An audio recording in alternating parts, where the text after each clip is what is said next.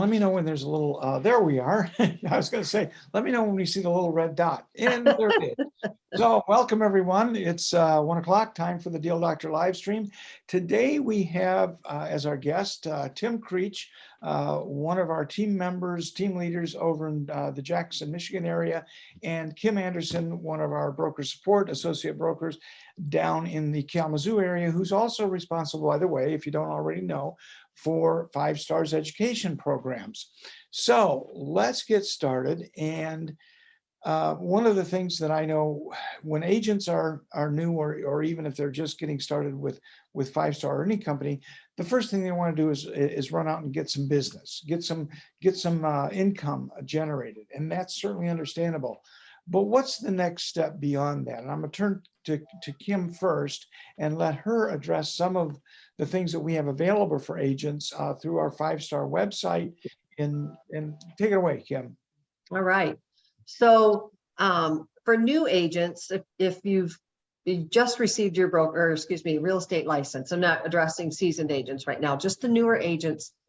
Agents come in and they're like, okay, I've studied for this exam. They passed the exam. Now what do I do?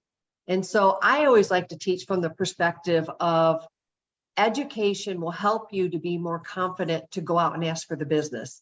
Otherwise, in the back of your mind, you're saying, all right, if I go out and my friend wants to buy a house, what am I going to write? How am I going to get through this process? So I like education. I've always been a lifetime learner. I've never stopped learning ever. And to this day, I'm continuously learning, and Tim's shaking his head yes, is that dive into 5 Stars education program. It's one of the things, it is here for seasoned agents as well. There's a lot of agents will call and they just want a refresher on listing appointment. I met with an agent this morning, and long story short, I know you always remember our stories. She had been working on a listing for like 9 months, a very high price listing, and came over to meet with me today. She lost it. And so she wanted to review how, when, why. That never feels good. So in that, she wanted to educate herself. And I told her, we sat down, reviewed your listing presentation. She didn't feel like hers was strong enough. And then I also said, go to our 5 Star YouTube channel.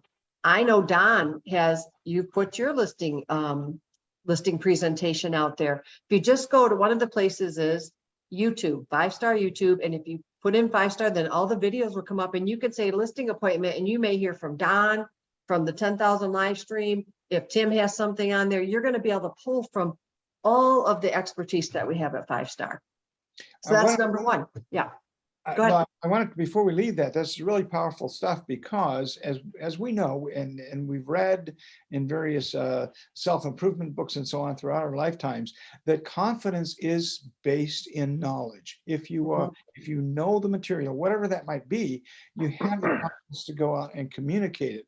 And I want, before we get away from this point, I really want to emphasize to agents who are new or relatively new in the business that if you are faced with writing your first purchase agreement, or your second, or your third, or your fifth, and you're not sure what the process is, we have 7 people on our broker support team that can walk you through the process. Is that right, Kim?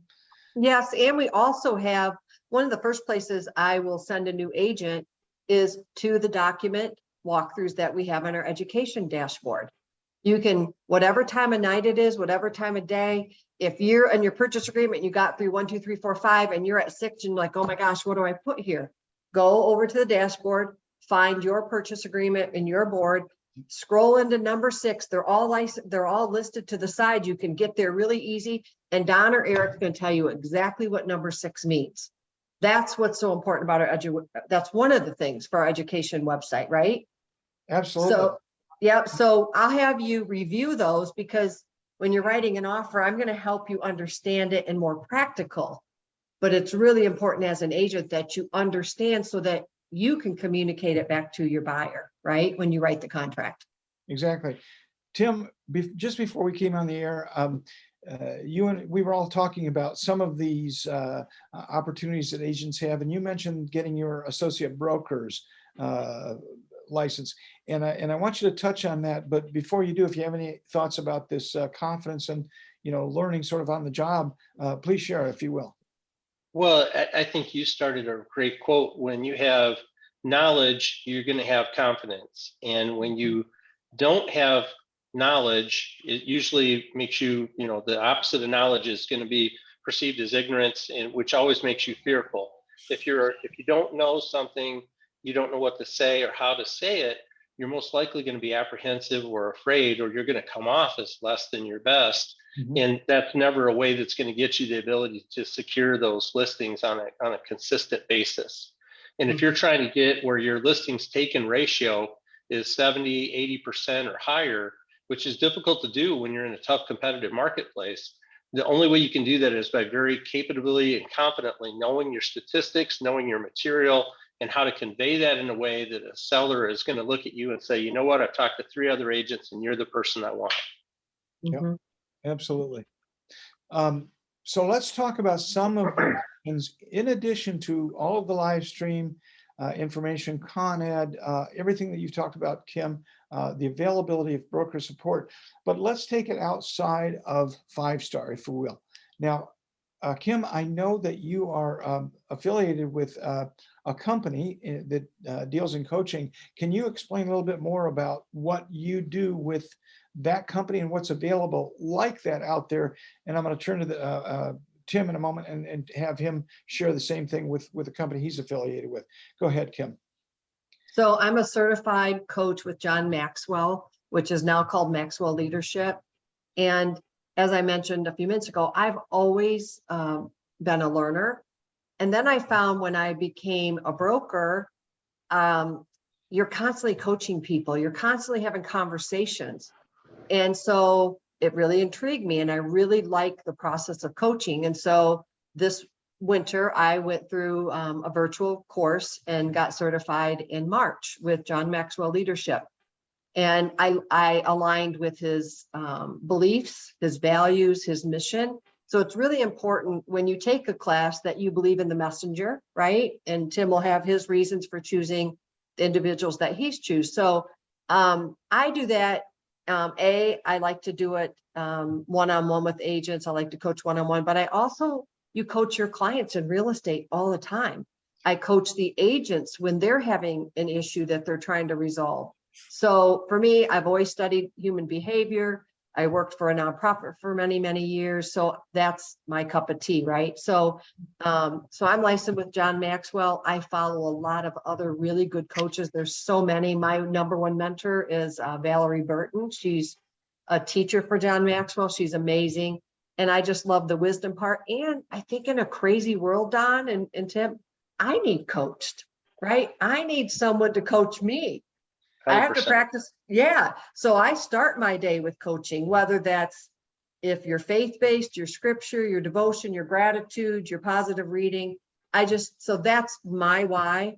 It just helps me to be a better grounded person and helps me in my business as well, and just simply in life. So that's why I do what I do, but it's John Maxwell, now called Maxwell Leadership. And it has an amazing program. I think we lost Don here for a second. So how about you, Tim? Well, you disappeared. An easy way that I look at it is if you, and I hate to put it in a sports analogy, but it's so easy to explain. If you take a look at any kind of a professional sport, if it's volleyball, golf, if it's boxing, tennis, if it is certainly football, maybe a really easily recognizable character out there would be Tom Brady, local hero right here from Michigan, right? He's won so many Super Bowls and done so many different things in the sport, but he still works with a coach.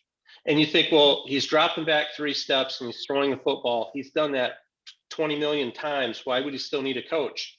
Because as things change and shift with our bodies, our mindset, as things shift out into the playing field, so to speak, we're clearly seeing that in our market right now. You need to reset your mindset and recalibrate on how you're going to attack the field.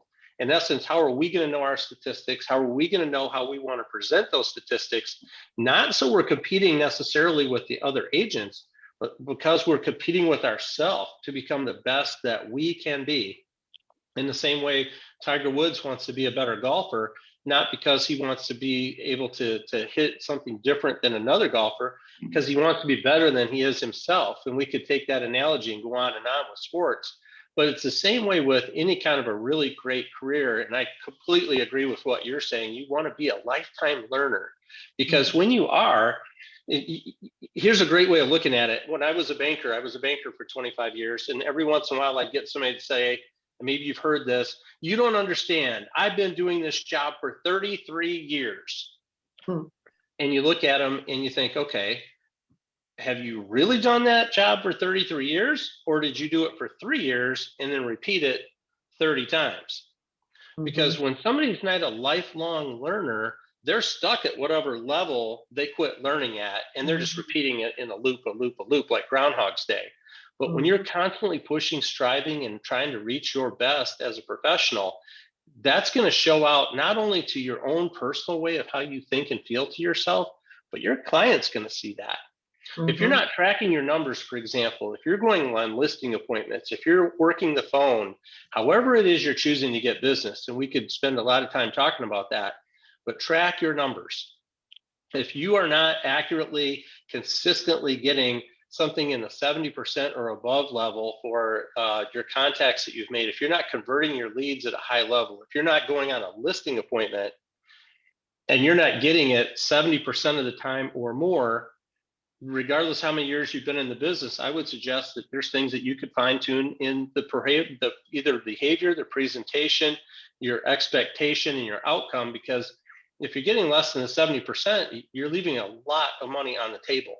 Yeah, And absolutely. you can only improve that if you get better education. Yeah, and I scooted away from the screen for just a minute because Kim brought up a great point about reading, and I want to show some of the books. There's the $6,000 egg that talks about customer service, the Go Giver, Sell More, the Traveler's Gift, a whole host of great books about how to be better at customer service, about giving back, and so on. And that's a really great resource for agents to understand their value and the value that they give to others. As many of you know, if you don't, I'm surprised, but I'm a big Floyd Wickman fan. I started in 1989 with Floyd Wickman, continued through his program. But as Tim said, if you keep doing the same things over and over, then you're not growing. So about 8 years ago, somewhere in there, I went to the first Ninja installation for any of our 5-star agents, and that was in Chicago with Ron Valerius and myself. And I learned a whole new way of approaching business with different things. Let's talk about before we get to Mike Ferris. I want to get back to Mike Ferris soon and let Tim Creech take it away. But the thing I noticed about programs like this is accountability, discipline, structure. Do all of those things apply when we look at Mike Ferry, for example, Tim? Yeah, I think the biggest thing that you're wanting to find, or I would suggest that you want to find, is a system that is going to not be easy for you. Because if you're not pushing yourself beyond your comfort zone, you're probably not going to grow. Because a baby chick is never going to push and grow, and if it doesn't get out of its comfort zone, then leave the egg. So when you find a way to get accountability, when you find a way that is not only accountability, but usually some kind of a monetary consequence if you don't do what you say you're going to do, or if you're not part of a mastermind group where you're like once a week working with some other great people. I've got a dozen agents from around the country that I talk to every Wednesday at 12:30, for example. I do daily affirmations 2 days a week with a top agent out of Orlando. And I do role play and practice 5 days a week with a variety of agents, mainly in the Eastern time zone, but they're anywhere from New York down to Georgia and Florida. And I rotate agents every week. And that way you're talking to different personality styles. How are you going to talk if you're a driver style, for example, and you're talking with somebody that's more of an amiable style or an analytical? Have you learned how to identify those personality styles and talk to them? When you learn and recognize a different person's personality style, for example, that's a whole topic. We could spend a week just talking about Yeah. dealing with different personalities. And if you're not growing and developing in those kind of mechanisms, again, that's one more thing that could prohibit you from getting your best potential to get those listings taken when you're out there, or converting a buyer too. I don't want to sound like I'm just a listing agent, but that's where you definitely make a lot of money. But if you're getting a lead, how do you identify what not only is their priority and what kind of standards do you have, but what's relevant to that party? How are you asking questions in a meaningful way to uncover their strengths and their challenges? And that sets you up to win. I do like Mike Ferry. There's a variety of coaches. Mike's been doing it for 45 years. He has a great system where I plug in all of my daily calls that I make, as far as how many I do, how many contacts do I make, how many listing appointments, how many price reductions, how many closings, and there's a whole host of stats. And as I've been doing it for several years, it can let me consistently see how I can replicate and duplicate my system. So if I were to pick up and move from here in Jackson, for example, and I move to any place in the United States, I know I've got a replicatable, duplicatable kind of process that would let me be successful regardless of what the market condition has been. And I can show that over the last 10 years where I do it. And I would encourage you, Mike Ferry is a great one, but there's a multitude of others. But if it's based on things that are passive and not direct client focused, they're probably not replicatable and duplicatable. I know that Floyd Wickman used to say to us, his Wickmanites, that once you learn the process that I'm going to share with you, then you can be dropped out of an airplane anywhere in the United States and make a living. And that's the truth. It really is. Kim, I want to go to you and ask you a little bit about the associate broker. When you got your associate broker license and studied for it, did that add to your base of knowledge and therefore confidence when you did that? And discuss any certifications that you have gone through, if you will. Yes, absolutely. The associate broker's license is not easy to get. And it definitely, I've always been told, if it's not challenging you, you're not growing. I think Tim mentioned that you want to always be outside your comfort zone. And it was very hard. It was hard, but I learned so much. I also have a Florida salesperson license because I used to live there. And that one was very hard. And when I say hard, I'm saying that on purpose because it challenged me. I had to grow in order to learn that information. And today, the work that I do now, whether it's with my clients or mostly within 5-star as a supporting role, I use that information every day. And as Don knows, you, myself, Tracy, Doug, Cindy, Eric, we're always on the phone about broker support. Like, hey, what do you see? You know, we get to pull from everybody's knowledge. So absolutely, it does bring a lot more confidence. I think it's really important for agents to take that next level of education.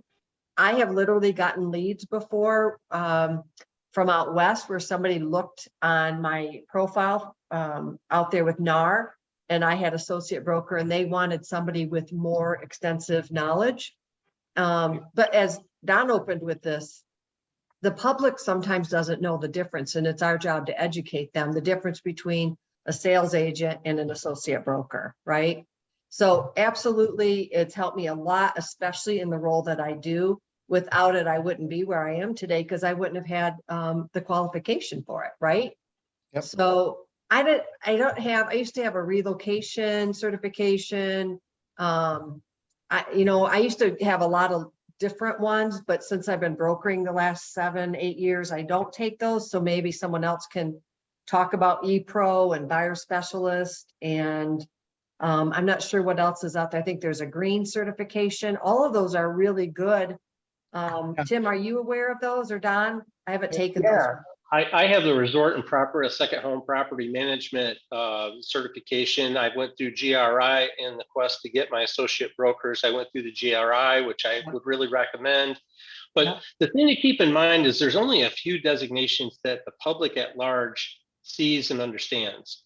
Doctor, Esquire, CPA are a few of those things that we can all say, oh yeah, I know exactly what you just meant. Well, those certifications are all great to get, and I would recommend you get anything that you're interested in. But if you're doing it just to put names and numbers behind your card, don't do that. You Oh, know, I because the totally, public in general, they don't know what most of those things even mean. The Yeah. ones that they do get though is like associate broker, and it is tough to get. It's not as easy as getting your regular license. You got to put some work into that baby, but you won't regret it. And talk to your tax accountant. But I find it to be an opportunity that allowed us to be able to do some different tax planning. And we opened up a separate company for our purposes, and it's helped us out for some tax stuff. But I do know for a fact that a lot of times when I'm competing with 3 or 4 agents on a listing appointment, and I'm the only broker that walked in there, I've had them say, "Wow, well, you're a broker?" "Yep, I'm the broker. You know, I'm the associate broker for our office." Well, they don't, you know, they don't, they know it took more to become a broker than a realtor. They don't really understand what it was. But when they see associate broker, it can be one thing that weighs out on whether or not they want to work with you. So pursue it. You won't regret that one for sure. Yeah, about 30 years ago, I started through the process of certifications because as I was growing up, my dad used to say, don't bother learning the tricks of the trade, learn the trade. And I went and got my GRI, CRS, ABR, that's credited by your representative, and my ePro because I was doing a lot of internet marketing at the time. And they were all great courses. As Tim says, it doesn't matter. It has no impact to if you put them as little letters after your name on your business card or your letterhead. That doesn't really generate business for you. What it does, it gives you a body of knowledge that is very broad that you can then go out and have confidence to share that information with your clients. So I think that's I want to kind of wrap this up a bit. It's about 20 after. So any other thoughts, Kim, that you have on education and how agents can reach out and get more information? Yes, so absolutely. One of the things that we've mentioned, but what that we bring in every year is Ninja. Doesn't matter, you know, like we were talking about the initials behind your name, but Ninja is so much information, such a wealth of knowledge. And then you can continue that as monthly, you get a lot of emails from Ninja. And I know one of our agents starting something September 1st with Ninja. So whether it's Ninja or GRI, I did go through GRI. I think it is really important to continue in it every day to continue to keep yourself sharp. And as you know, as we talked about, 5-Star has the education website. We have the YouTube channel. We have 5-Star Classroom. All of those places are places of learning. We have our Con Ed. I love to, and I really believe this, but Eric and Don are 2 of the smartest people, seriously, and they do a lot of our teaching. And as a support role here, we call Eric and Don for clarification. I don't know why it is, but Eric just loves reading that stuff and he never forgets it. So I say better Eric read it than me. And then he can just tell me what it means, right? That's my philosophy. That's kind of my philosophy too, just so we're clear. I'm gonna let Tim close this out, but before I do, Paul McIntyre posted a question: what courses do you recommend to study for the associate broker's test? And the associate brokers, in order to get the associate broker's license, you not only have to pass the test, which has a course that is required. I believe it's 40 hours, Tim. Tim, I think that's. I was thinking it was more than that because you've got more legal and it's. I think it's 60. Yeah, I believe it's 60. I'm looking it up. So there's the course, but there is also a requirement, at least there was when I got my associate broker's license, which was a really long time ago. 90. 90? Yep. Okay, so 90 hours, that's a bunch. And then you have to get, I believe you're required to have your GRI and a certain level of experience, or as a trade-off for that, you have to have some of your designations. So I went in with a CRS, a GRI, 3 years, and the 3 years of experience, a certain level of volume that's required, and the associate broker's test. Those are all things that you may be required to do in order to get your associate broker's test or a broker's license. So, Tim, I'm going to let you wrap it up here. And I guess my encouragement, and I'll just throw this out there too, and I know Don seen me do this. I really love helping you guys. You know, we're all in this together. The agents are right here in Jackson know this. They can call me anytime and I'll be happy. We all compete, so to speak, with one another, but I don't think we really do. You know, I mean, when it comes right down to it, most of the time we're competing with somebody outside of 5-star oftentimes. I'm more than happy to talk with somebody if somebody wants to kick around ideas, but imagine if something changed in the marketplace, and we're seeing a pretty big shift in our market in Jackson. But imagine if the market either shifted so dramatically, or perhaps Greg and Paul said, gosh, you know, you haven't really made a sale in a while here. If you can't generate a signed contract on a listing or a buyer within the next 5 business days, we're gonna terminate you, or we're gonna terminate your license. Would that scare you, or would you have the skill set to be able to say, yeah, no problem, I can get that done? I would suggest that if you can't say, you know what, I can go get a signed deal done in 5 days.